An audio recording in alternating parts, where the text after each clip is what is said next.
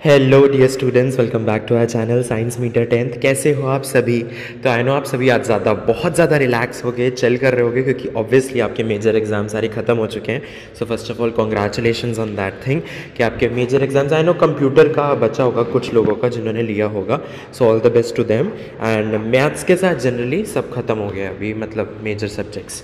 सो आपकी बहुत अच्छे रिजल्ट्स आएंगे। पहले तो कोई टेंशन आपने लेनी है नहीं, ठीक है? डो नॉट वरी, मॉडरेशंस होगी। एंड मैं सभी को बता दूं कि सीबीएसई की ऑफिशियल आंसर की के लिए आप सभी को वेट करना पड़ेगा, बिकॉज उसी पे आप रिलाई कर सकते हैं कम्प्लीटली। क्योंकि कई बार क्या होता है कि मॉडरेशंस की जाती है और कुछ और आंसर्स को भी एक्सेप्टेबल माना जाता है, so have to wait for that. Okay, तो चलिए आज मैं लेके आया हूँ आप सभी के लिए आज का जो कंडक्ट हुआ था आपका मैथ्स का एग्जाम 11 मार्च 2024 का।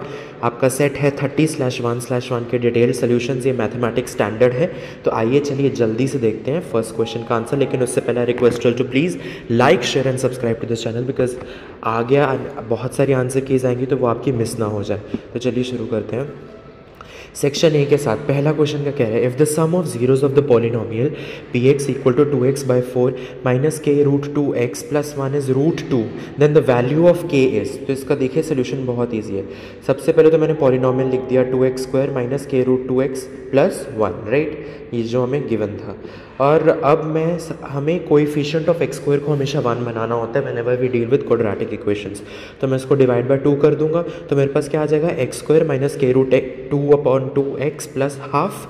एंड अब मैं फॉर्मूला लगा दूंगा। मुझे गिवन है कि सम ऑफ जीरोज यानी alpha plus beta is root 2 and alpha plus beta is minus B by A. तो root 2 equal to minus B by A. यहाँ पे बी क्या आ जाएगा हमारा, माइनस के रूट 2/2।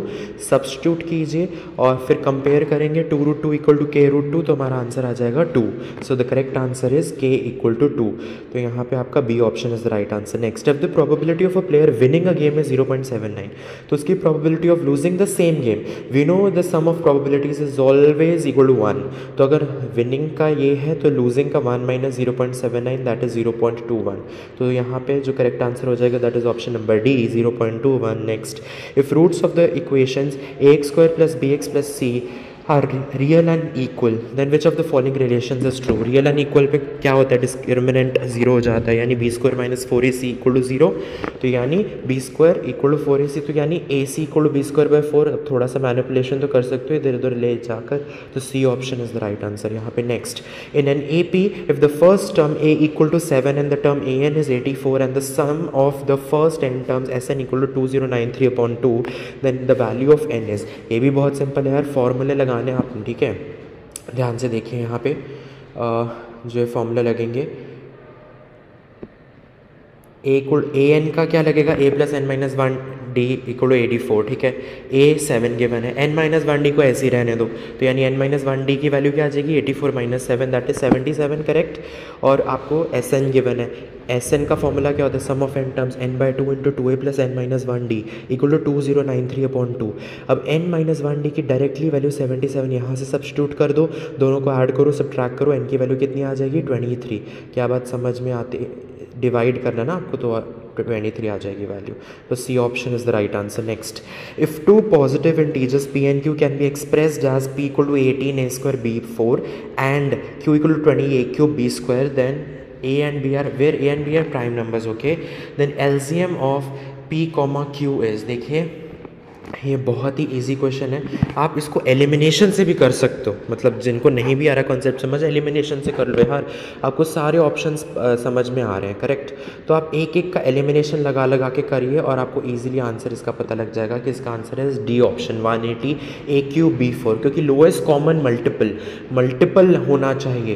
तो a² का मल्टीपल a³ हो सकता है अगर a को मल्टीप्लाई करूँ a² के साथ, b की पावर 4 का भी b की पावर 4 मल्टीपल हो सकता है अगर 1 से मल्टीप्लाई होगा, और 18 का ऑब्वियसली मल्टीपल है 180, ठीक है?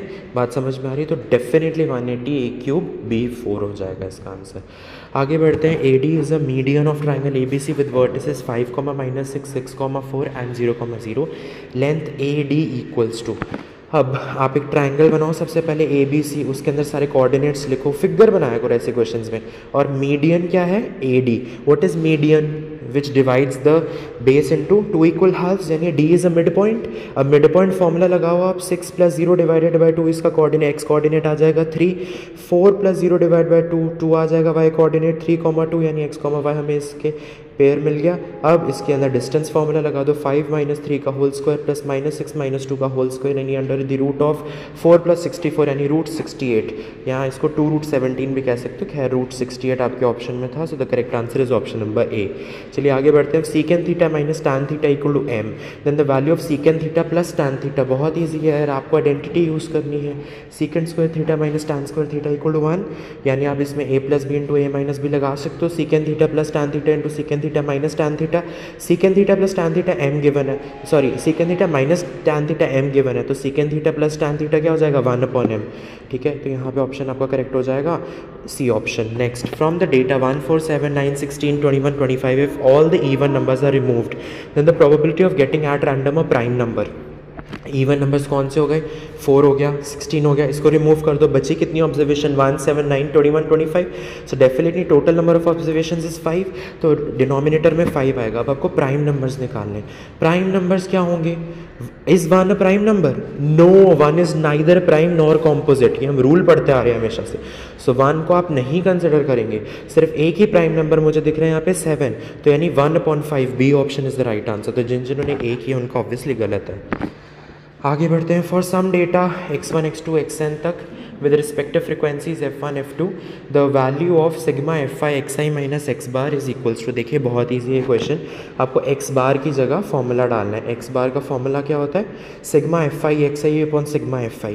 आप xi को कॉमन ले लीजिए, इसके अंदर क्या आ जाएगा 1 minus sigma fi upon sigma fi, that is 0 basically, and 0 multiplied to anything will be 0, so the answer is 0। Okay, आगे बढ़ते हैं।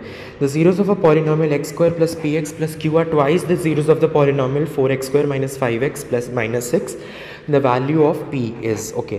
तो let the zeros of this polynomial be alpha beta, तो इसके क्या हो जाएंगे 2 अल्फा 2 बीटा। अब सबसे पहले इस पे रिलेशंस हम लगाएंगे, लेकिन उससे पहले एक्स स्क्वायर का कोएफिशिएंट 1 करना पड़ेगा, तो डिवाइड बाय 4 कर दो, तो क्या आ जाएगा आपके पास x square minus 4/x minus 6/4। ठीक है, अब यहाँ पे अल्फा प्लस बीटा निकालो, minus b by that is 5/4, alpha beta निकालो, वो आ जाएगा c by that is minus 6/4, correct. अब आप x square plus P x plus q का जो 2 अल्फा 2 बीटा सोच के रखे थे उस पर फॉर्मूलाज लगा दीजिए। सो 2 × अल्फा प्लस बीटा, जब आप सम करेंगे रूट्स का तो ये आएगा, अल्फा बीटा की वैल्यू डायरेक्टली पता है 5/4 and it is equals to minus b by, तो यहाँ पे b क्या है p, a क्या है 1, सो माइनस p आ जाएगा इक्वल टू, सो p की वैल्यू क्या आ जाएगी -5/2। बहुत ईजी था, A option is the right answer. Next, if the distance between the points 3, -5 and x, -5 is 15 units, then the values of x are, distance formula लगाओ यार, simple as that, 3 - x का whole square plus -5 plus 5 का whole square under the root is 15, यानी 3 - x is plus -15, because जब square root लेते हैं तब plus minus दोनों वैल्यूज आती हैं। x की वैल्यू क्या हो जाएगी, एक हो जाएगी 3 - 15, एक हो जाएगी 3 + 15, यानी -12, 18, यानी यहाँ पे B option is the right answer, -12, 18. Next, if cos of alpha plus beta equal to 0, then the value of cos of alpha plus beta divided by 2 is, बहुत ईजी है यार, अल्फा प्लस कॉस किस angle का cos 0 होता है, 90 degree का, यानी alpha plus beta की वैल्यू 90 डिग्री है, तो cos of alpha plus beta divide by 2 यानी cos ऑफ 90 डिवाइडेड बाय 2 यानी cos of 45 is what 1/√2, so A option is the right answer. Next, a solid sphere is cut into 2 hemispheres, the ratio of the surface areas of the sphere to that of the 2 spheres taken together। देखिए sphere का क्या होता है 4πr², hemisphere का एक का क्या होगा, एक तो आप कर्व्ड वाला कैलकुलेट करोगे जो कि 2πr² होएगा, और एक उसका नीचे बेस होगा πr², सो 2πr² प्लस πr², 3πr², ऐसे दो हैं, तो यानी 3 + 3 6πr², तो अब रेशियो क्या लोगे 4πr² डिवाइडेड बाय 6πr²। ठीक है, सो रेशियो आपके आ जाएगी 2:3, so C option is the right answer. Next, the middle most observation of every data arranged in order ascending और descending is median. For median you always have to do, okay. Next, the volume of the largest right circular cone that can be carved out from a solid cube of edge 2 centimeters is, कुछ नहीं है यार, आपको diagrams बनाने हैं,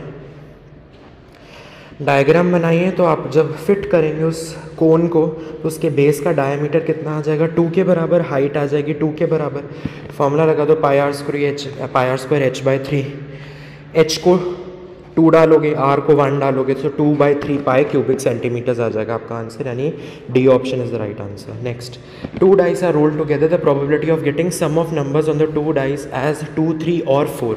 तो सारे observations आपको लेने हैं। देखिए सबसे पहले तो 2 डाइस इकट्ठे रोल हो रहे हैं, so total outcomes definitely 6 × 6 that is 36 होने वाला है।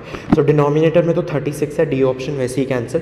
खैर वो डी ऑप्शन आ सकता था रिड्यूस होने के बाद, but it's fine, wait 36। Okay, अब 2, 3 और 5 सम कब कब बनेगा, तो मैं आपको सारे केसेस बता देता हूँ। यहाँ पे 2 बनेगा ऑब्वियसली एक ही ऑब्जर्वेशन पे 1,1, ठीक है।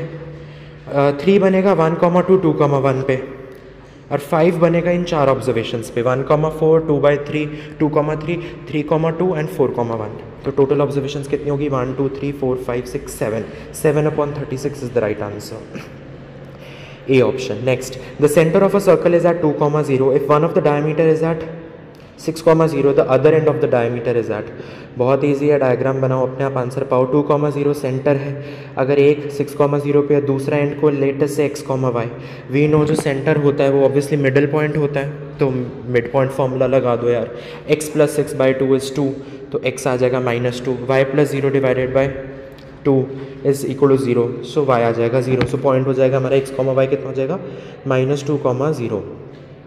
तो यहाँ पे C option is the right answer. Next, in the given figure graphs of 2 linear equations are shown, the pair of these linear equations is, देखिए अभी देखने वाइज इनकन्सिस्टेंट दिख रही हैं क्योंकि किसी भी जगह पे नहीं मिल रही, लेकिन यदि इन्हें एक्सटेंड कर दिया जाए तो ये देखिए ये पैरेलल नहीं है, एक्सटेंड करने के बाद एक पर्टिकुलर पॉइंट पे मिलेगी, सो इन्हें कंसिस्टेंट बनाया जा सकता है बाय एक्सटेंडिंग देम। बात समझ में, so D option is the right answer. Next, assertion reason finally the last two, the tangents drawn at the end points of a diameter of a circle are parallel। जी हाँ, ये बिल्कुल सही बात है। Reason कह रहा है diameter of a circle is the longest chord। देखिए ये सही स्टेटमेंट है, but it is not the correct explanation, because correct explanation lies in the fact that the point at which the tangent touches the radius, okay, angle 90 degree होता है, दोनों का सम लोगे 180 degree, interior angles alternate interior angles का सम लोगे 180 degree होगा, which implies that the angles the lines are parallel. आपने proof में भी पढ़ा होगा। So likewise you have to right. और असर्शन यहाँ पे क्या कह रहा है, अगेन नया वाला, if the graph of a polynomial touches x axis at only 1 point, x axis पे टच करना मतलब वाई कोऑर्डिनेट 0, वाई मतलब पूरी इक्वेशन 0, मतलब डेफिनेटली वो उतना सोल्यूशन होगा। Then the polynomial can not be a quadratic polynomial. अगर सिर्फ एक पॉइंट पे टच हो रहा है ना तो एक ही 0 होगा, और हर पॉलिनोमियल जिसकी डिग्री n होती है can have at most n zeros, ठीक है। तो अगर एक क्वाड्रेटिक पॉलिनोमियल होता है जिसकी डिग्री 2 होती तो उसके एट मैक्स 2 जीरोज़ होते, लेकिन यहाँ पे तो कह रहा है कि अगर 2 जीरोज़ होते तो 2 बारी टच होता ना एक्स पे। अब क्योंकि एक ही बारी टच हो रहा है, ठीक है, एक ही बारी टच हो रहा है यानी एक ही 0 है, और एक ही 0 है मतलब पॉलिनोमियल लीनियर होने वाला है, क्वाड्रेटिक नहीं होगा। तो इसका मतलब यहाँ पे असर्शन रीज़न दोनों करेक्ट है, and reason is the correct explanation of assertion. I hope आपको समझ में आया होगा। मिलेंगे नेक्स्ट सेट के साथ, इसलिए सब्सक्राइब करना बिल्कुल भी मत भूलना। All the very best dear students for your future now, मतलब 11th 12th के लिए ऑल द बेस्ट, बिकॉज अब 10th तो आपकी खत्म हो गई है। कमेंट्स में ज़रूर लिख के बताना कि आप 11th 12th में क्या परस्यू करने वाले हैं। All the very best, and जिनका कंप्यूटर्स है उनको भी all the best. Thank you.